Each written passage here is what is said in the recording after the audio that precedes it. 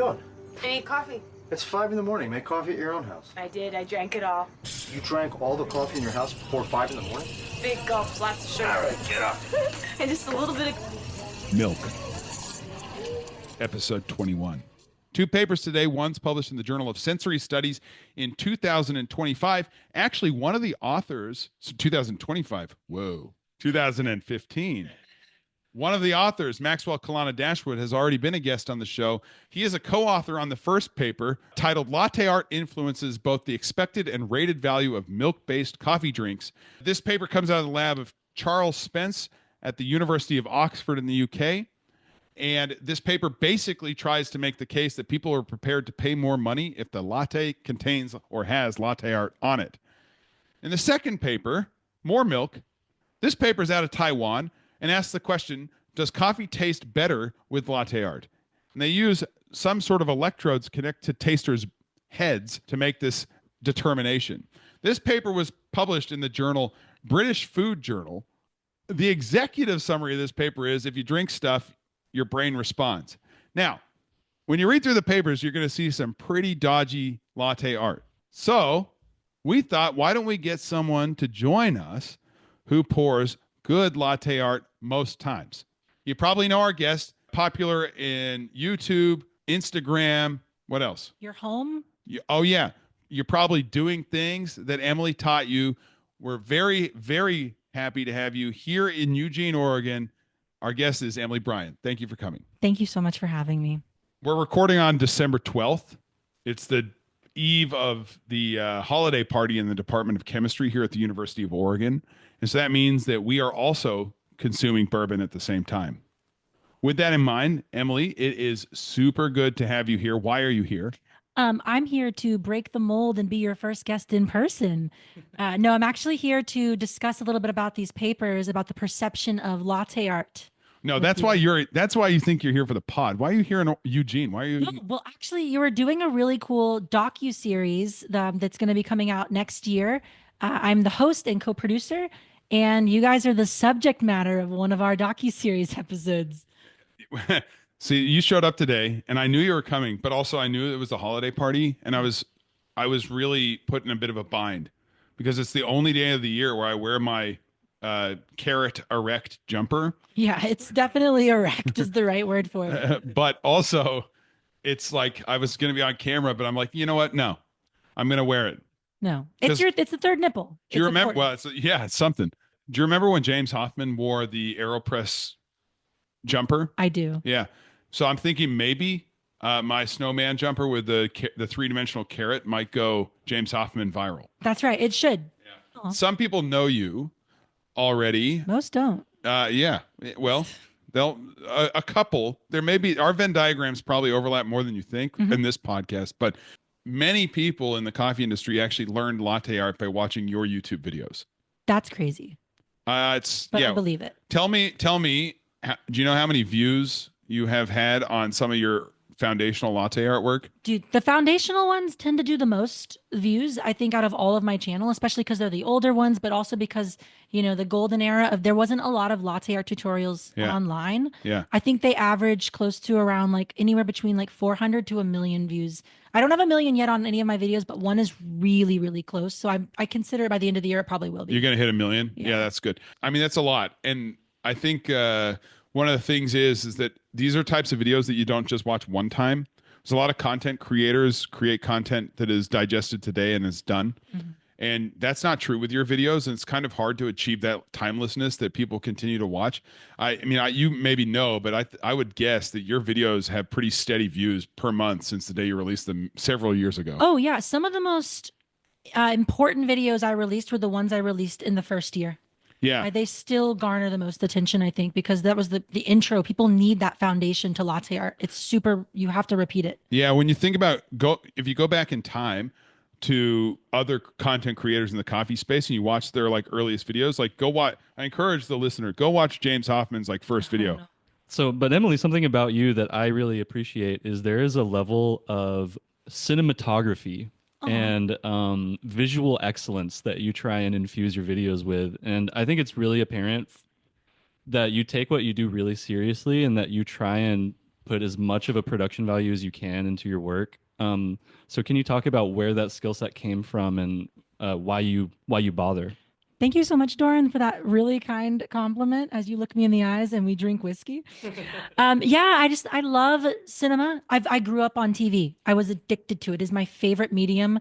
And it's sad that it's a dying industry, but I'm still heavy into it. And when I was in college, I was in mass communication. I learned a lot about, making and scripting. I was in theater.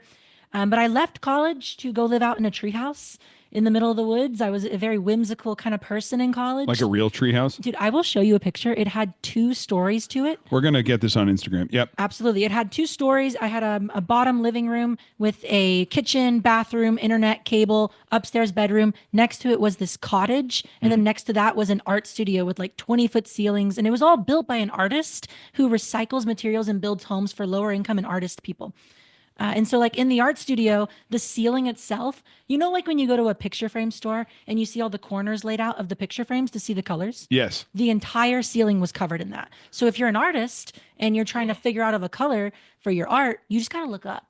And I love that philosophy of just look up and get inspired. Like the walls were made of broken mirrors. That is kind of what I think the whimsy of that and the whimsy that I carry from that is something I try to put into my work.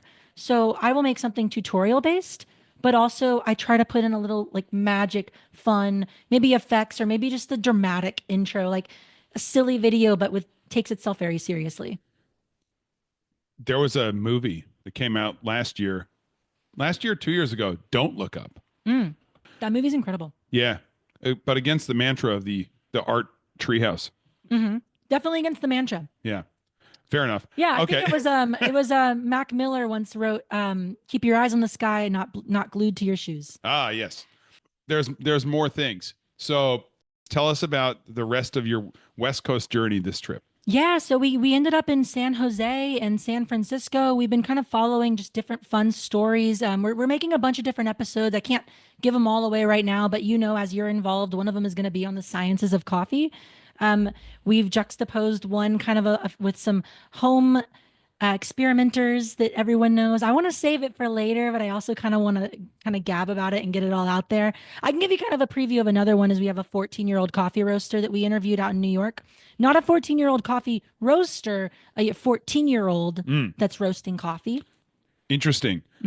Was this the same coffee you provided us earlier today? It was the same. Yeah. It was a Gesha coffee that I gave you. These are the sorts of people that I love interacting with. I'm looking forward to seeing that episode. This coffee was a natural geisha that was just like out of control. It was really great. And what's really amazing about it is that kid probably wouldn't be able to do what he does without the foundation of the things that you and I and all of our creators do. Yeah. Without the frame of reference, he wouldn't have found coffee as a hobby while he was 14. I was playing Guitar Hero. Yeah. Hey, me too. Yo. We should shred sometime. Yeah, so let's. All right, we're going to the Guitar Hero vignette for a second. So I transitioned to Science Advanced with Honors at Monash University back when I was an undergrad. And when you're in the advanced section, the key thing that it gives you is access to a small room where other advanced students would go to be able to do homework. But all the advanced students obviously just bought a Nintendo. Is it Nintendo Wii? Right. Yes. And we had the Guitar Hero. This would have been like the 2000s. Oh yeah. Absolutely. Yeah. So we got the Guitar Hero set up on this like CRT screen that was massive. Like the back of it was bigger than it was wide. Anyway, so when we just played Guitar Hero inside this thing, and so everyone thought we were studying, but all the windows were blacked out, and we were just learning. So there's now a place in Eugene. Level Up. Thank you.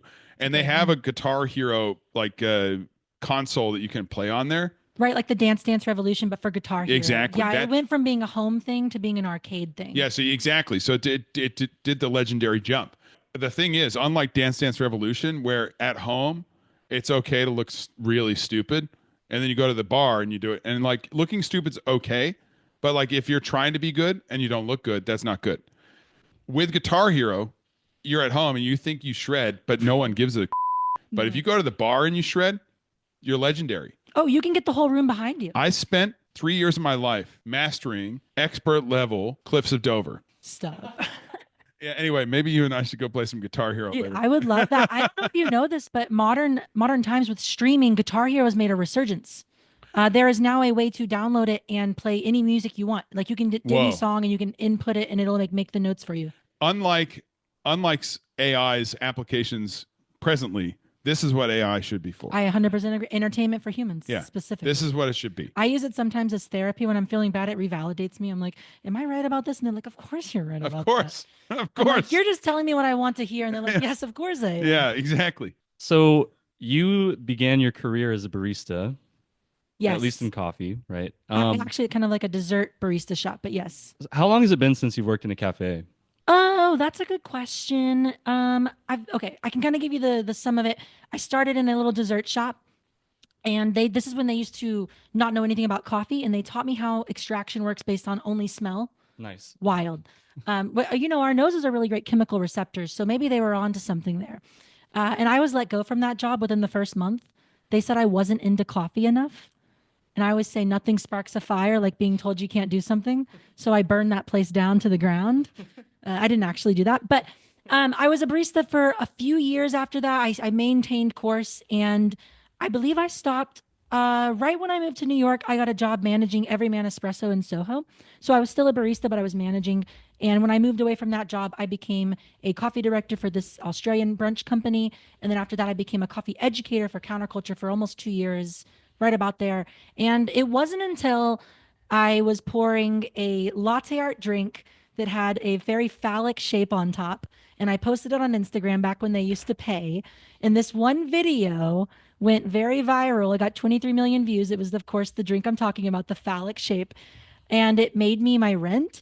And that was when I was like, hey, maybe I should stop doing all this other stuff and just bet on myself making videos. So it's, to answer your question with that little side, it's been about 4 to 5 years since I've been on a coffee bar as a barista. So do you remember the first time that you poured some latte art for a customer and they were like, oh my God, this is amazing?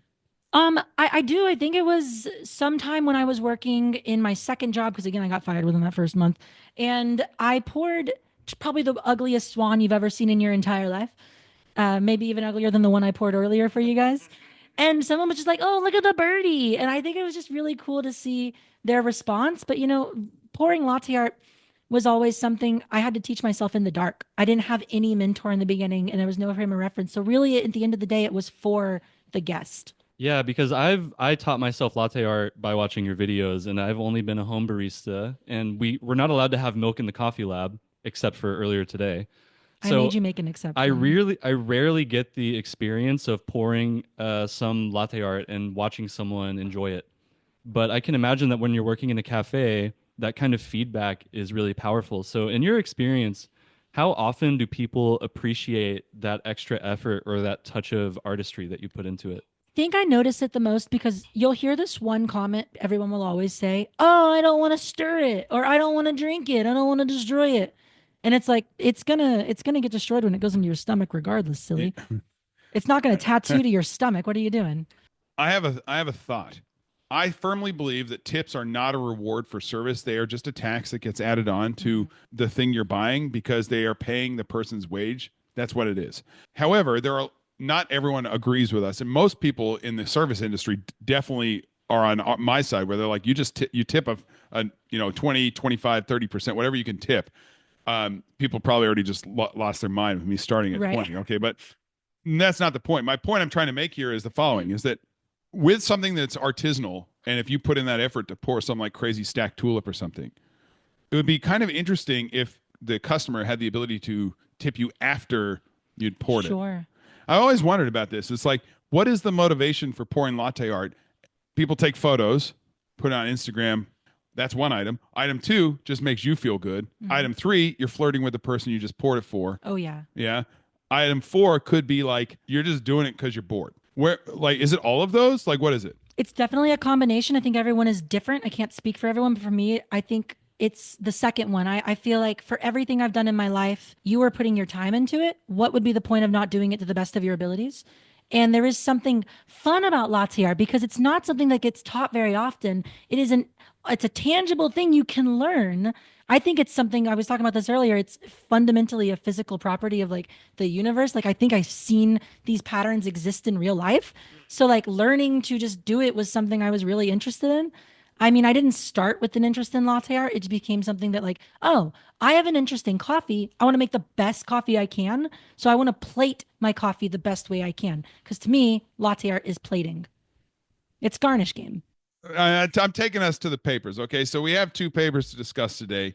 How often do you read a scientific article? It's been a minute, but I've definitely read a few in my days. I mean, I was in college. I would read a lot of things like that whenever I had the access to it.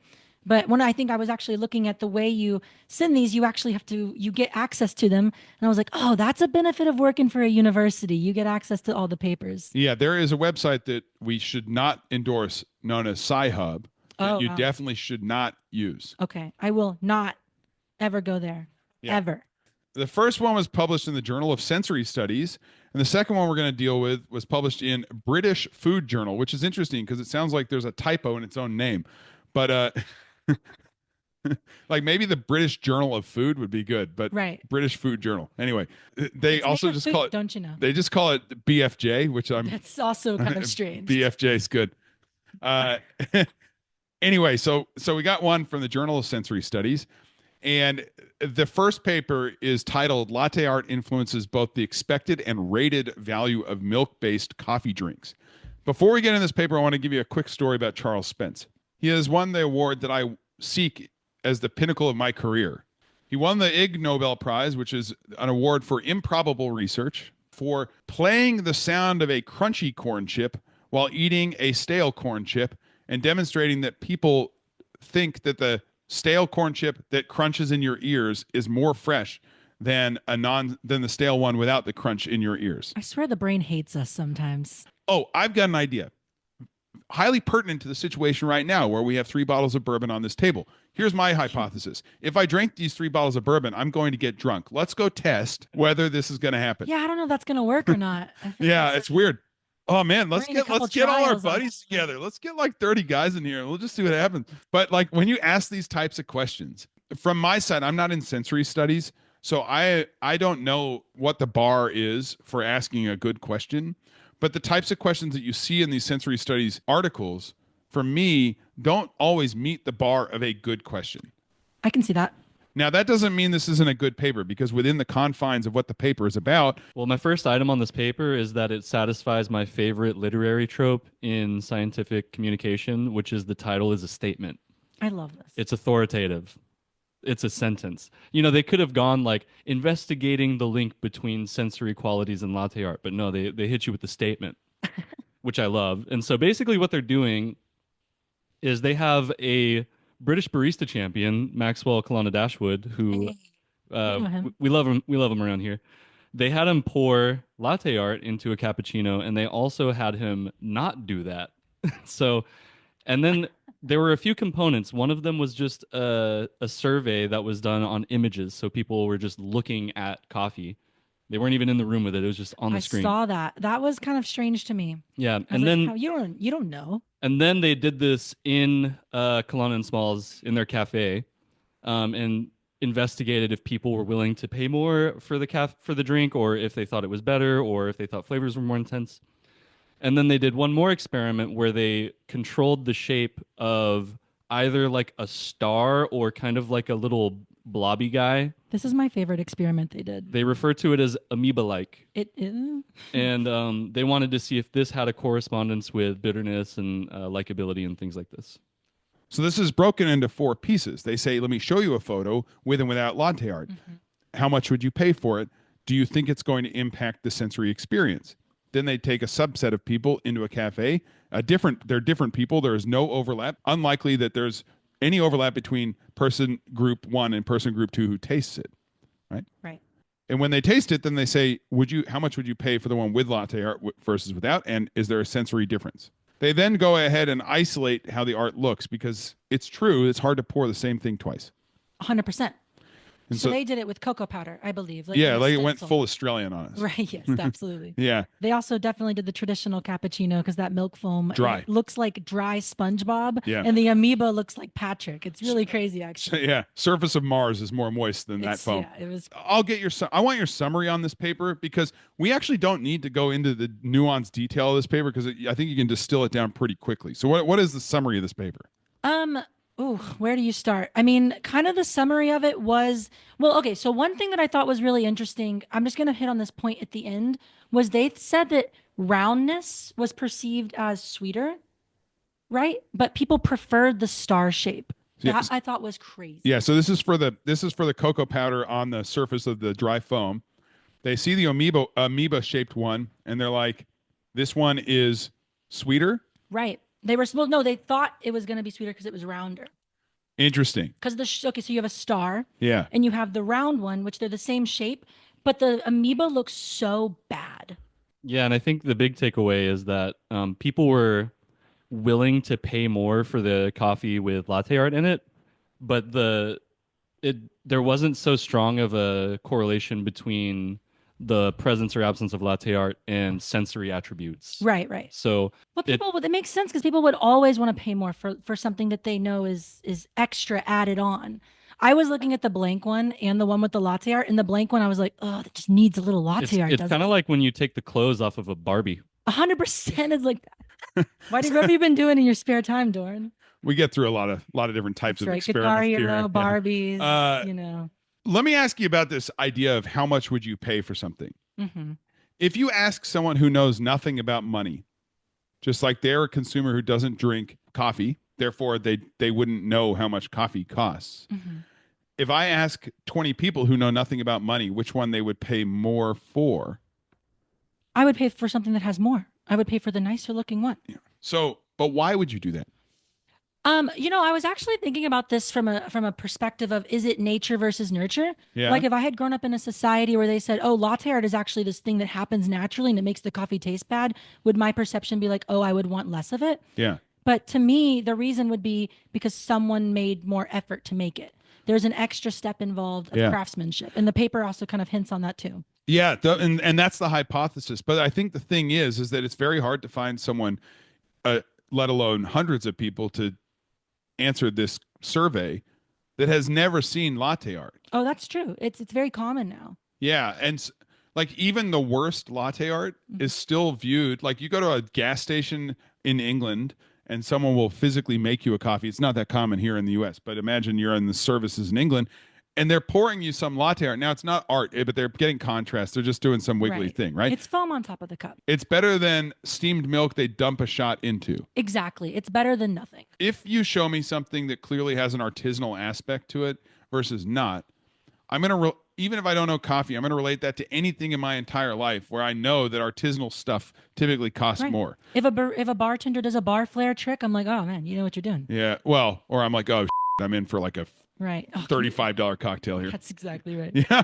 Yeah. Like, Well, sometimes I was telling you this earlier, when people would come up to me because they knew I was a latte artist, Yeah. and they would be like, "Hey, could you pour a dragon?" I would just be like, "I don't know how to pour latte art," and I would pour nothing in the cup and just hand them a blank canvas. you just made me think of something amazing here. Why don't you start a company where you sell an item where the customer just gets to like paint their own latte art into the cup? So this is something I was surprised that the articles didn't do, but maybe the inventions hadn't existed yet. But there are these printers. Have you Yeah. seen them that print images on your latte art? Yeah. My question is, because they were doing the star versus the star, and they both looked kind of gross. If you printed different images very neatly and they were actually beautiful images, then how granular can you get based on the expectation? Yeah, I mean the first paper came out in 2015, and so that was before that, like the latte art printer. Sure. They now have them in the United Airlines lounge. As listeners of the pod know, I'm a big time fan of United Airlines. Okay, let's summarize this first paper. Okay, people are seemingly prepared to pay more for latte art. Mm-hmm. People have an expectation as to whether it's going to impart a different flavor, Mm-hmm. and perhaps sweetness is affected, perhaps, but everything else is not supported. So bitterness is not changed, Right. whatever, right? I think this is not a profound finding. Anyway, I'm not criticizing the authors. I'm very happy they did this because now we know that people tend to think that the amoeba-shaped one is different than the star-shaped one. Yeah, it's kind of like duh, of course. So in computational image recognition, there's this concept of something called an adversarial image, Mm-hmm. which is it's like data that you put into the box that's been corrupted in a certain way where the model gets it completely wrong. So it'll look like a picture of a dog, but a few pixels have been altered so Sure. that the model thinks it's a cat, something like that. But this like star shape thing where they're trying to get people to reject the coffee based on the angularity of the latte art reminds It's me of this. so weird. Have you ever poured latte art with the sole intention of making people reject the beverage that you've made? This is a fantastic question. So similar to what I was saying earlier with that viral video that's gone off, there have been times when I've had friends. Of course, I wouldn't do this to a stranger.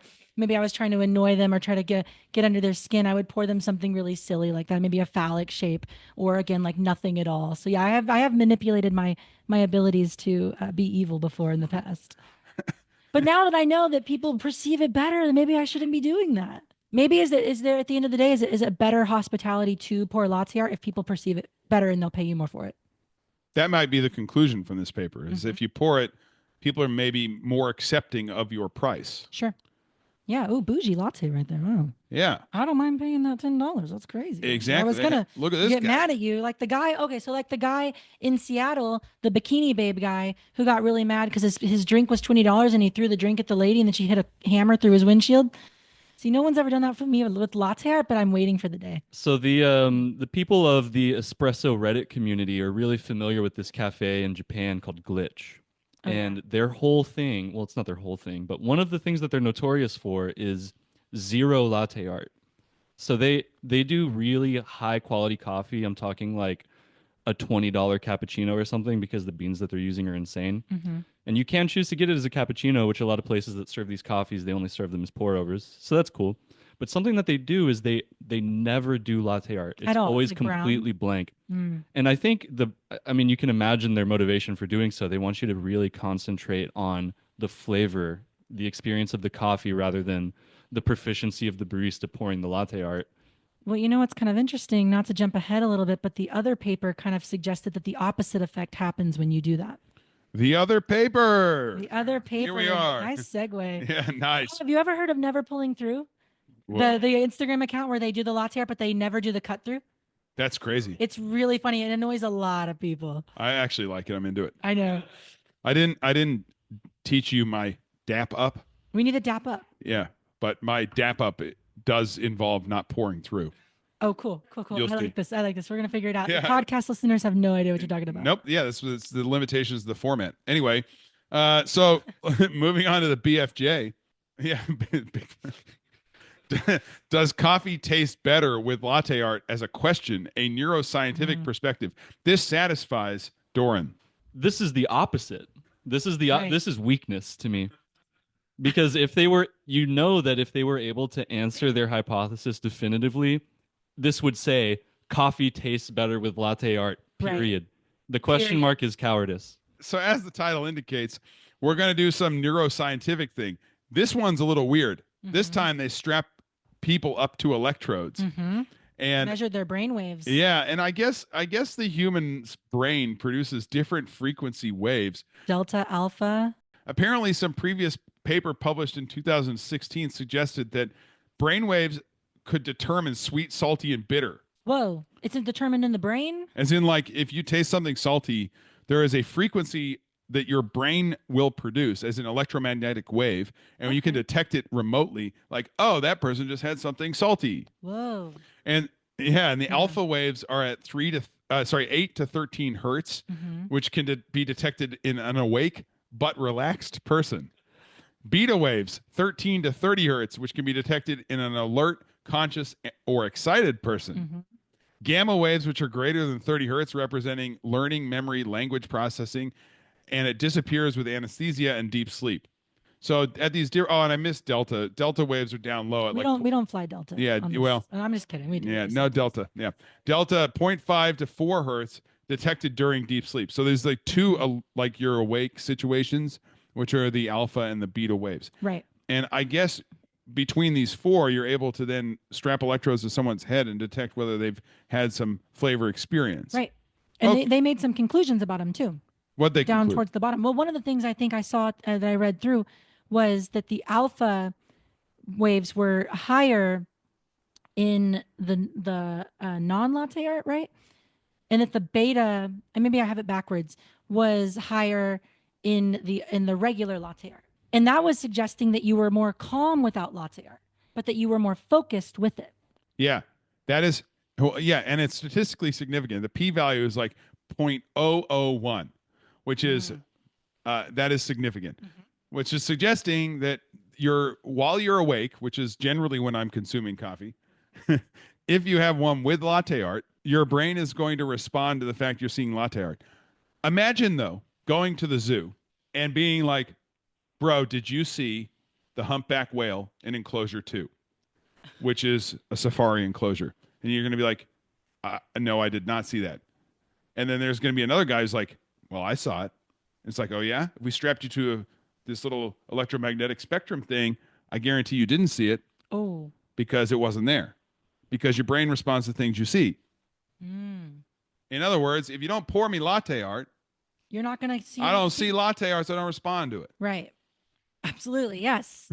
Yeah. It would have been more effective to have like kind of like the last study, very different types of design, but maybe not like the star and that weird amoeba shape. I don't really know what the significance of showing me a no art versus some art is, but if you look at the two that they presented as latte art, I would say that neither of these are going to win a latte art championship. None of the video or none of the actual images in any of these articles or these papers look good. They Yeah. look very unappetizing. They didn't have Maxwell doing latte That's art on right. this one.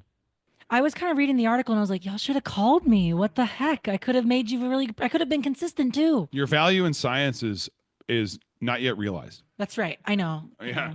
know. Maybe after this pod. Yeah. So, okay. So this paper, though, let's get to this paper for one sec.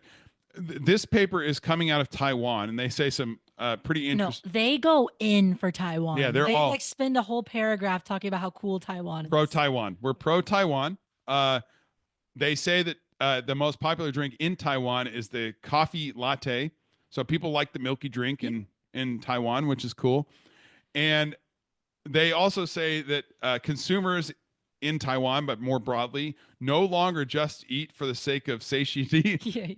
and physiological need of calorie intake, but pursue a higher level of spiritual feelings and expectations. Yeah, this paper is really funny how they approach food as a general topic. Yeah. To quote, "Fat bastard. That's I eat because I'm unhappy, that's and good. I'm unhappy because I eat." Also the quote. That's What else did he say? He says, "Get in my belly." That's So, what I say to my cafe latte when I'm in Taiwan. Another really cool thing about this paper is that they say they're trying to cover all their bases here and make sure they're making reproducible espresso, which we know all about here in the coffee lab. And to do this, they say each cup of coffee was made using the espresso machine set to regular taste, so that all variables were identical. There's so much vagueness in this paper, but they're talking about like beta waves and Yeah. stuff. It's like they're focused on the wrong thing. Yeah, put the espresso machine on regular for this experiment. That's so funny. I don't even know what that means. Let's get to the summary of this. I mean, these papers are really long, and often in sensory science, they do a really good job of literature review at the beginning. They cite all sorts of crazy stuff, like in some hotel in Mozambique, we realized that this happened, and another thing, blah blah blah. And they pull from all over the place, right? But at the end of the day, the amount of data they collect is get some people, liquor at scale for very much agree to very much disagree, whatever. There's a lot of liquor on this table right now. A lot too. of Funny enough. I'm getting liquored over here. So then when you do this, then you can get statistics. And basically they're asking the population a variety of questions, but the first one they look at is, do your brain waves respond statistically significantly to cups that have latte art, to cups that do not? And the conclusion here is that your alpha and your beta, in other words, the ones you're awake and are produced when you're awake, do respond significantly. They show that the alpha waves increase for no latte art and the beta waves increase when there is latte art. Okay, fine.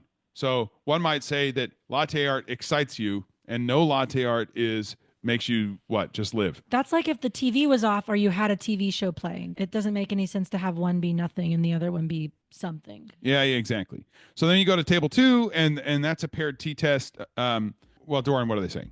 Yeah, they're examining bitterness, acidity, and sweetness. So these 3 sensory effects based on the presence or absence of latte art. And what they establish is that acidity is statistically significantly correlated with latte art, and sweetness is very well correlated with latte art. So that's their assessment. Nailed it. Okay. Good job, Doran. Yeah. In figure 2, you start asking about a sensory response. Let me ask you, what do you think when you're talking to people generally about flavor? Do you use the 5 flavors? Umami, salty, bitter, sweet, acids, all that stuff. Yeah. Generally, yeah. Yeah. But I also I also use referential flavors. So I'll be like, oh, this is sweet like this, like, Yeah. or like, oh, like we were saying earlier, like sometimes in coffee you might have a bitter element. You also might have a citric. I might call that a grapefruit. Yeah. It might combine the two. Yeah. And here they picked bitterness, acidity, and sweetness. Sure. So they're leaving out umami and saltiness. Right. I can understand umami. I don't know about saltiness getting the kielbasa here. Yeah, coffee can be salty. Yeah.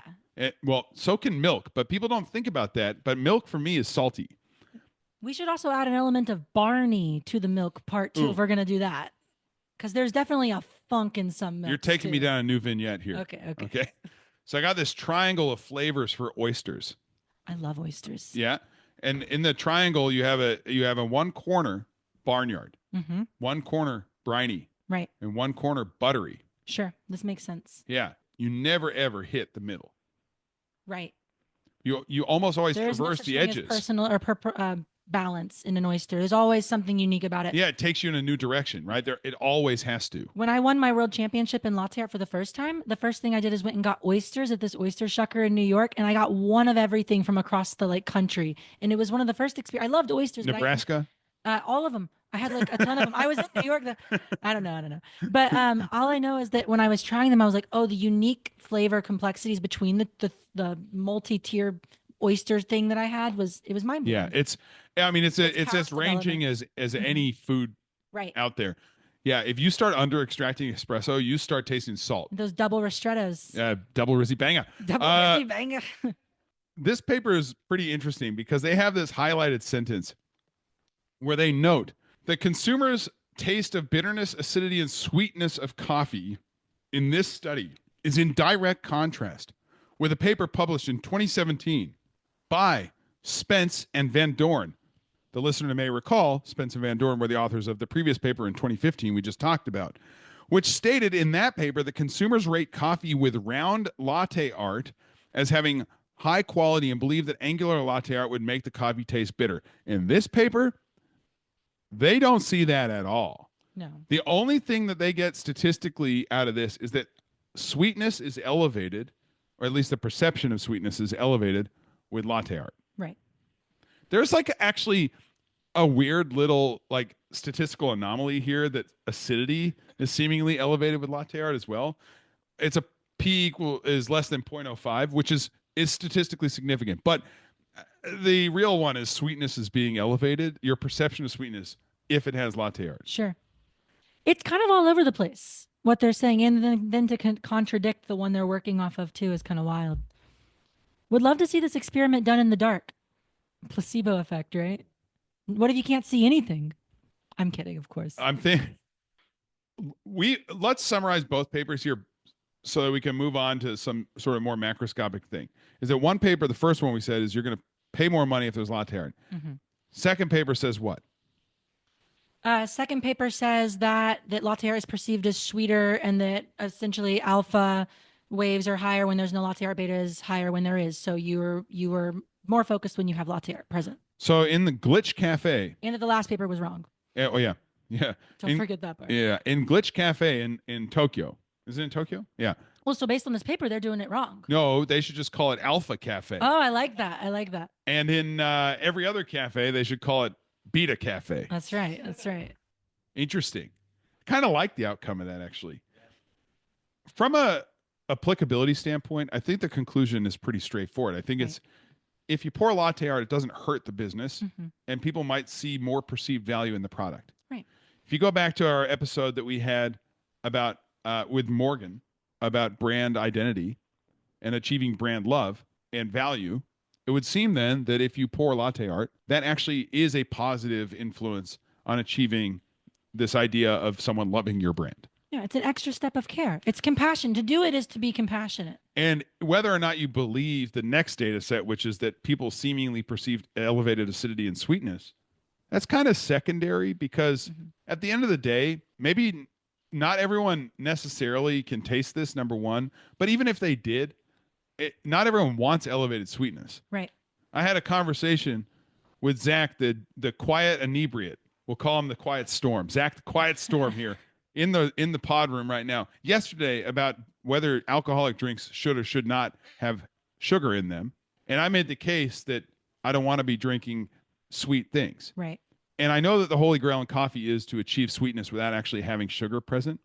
But at the same time, there's a lot of people who choose to drink coffees that are not sweet by choice. 100%. That, in fact, that's most of the market because we fail at getting sweetness out of coffee most times. So the fact that this can elevate sweetness isn't necessarily a good thing, even though it's not actually elevating sweetness. If a bunch of people got their hands on this article, they might even be like, oh, I'm done with latte art forever. Why would I want my coffee to be cloying and sweet? Yeah. And also they may be like big time into the low frequency. That's right. That's right. I'm a low frequency sort of guy. So That's right. I'm out here just trying to be awake. Y'all can catch me at y'all can catch me at Alpha. I'm gonna be chilling. You're the most excited person we've spoken to, according to this paper, on this podcast. you're the beta ambassador. You're the chief of beta, the 4 to 8 hertz consigliere. Ooh, I like this. We have said it all. Executive summary: latte art is perceived as high quality for the brand. And in the second paper, latte art does seemingly turn on one response in your brain and off another response in your brain. Interesting. Yeah. And Taiwan loves coffee. Taiwan loves and coffee. Food for not just sustenance and nutrients. Yeah. Like also for like spiritual pleasure too. It's important. Spiritual pleasure. To spiritual pleasure. They could be spending like a whole paragraph on that part. They kept, when I was reading it, I was like, they're going on about Taiwan a lot. They keep going. Despite having consumed probably 7 or 8 bourbons in the process of shooting this, I'm due at a bar with other faculty right now, so it is time to cut it. So with that, Emilee, thank you. My friends, it was such a pleasure. Thank you. Come back anytime. Happy to have you anytime.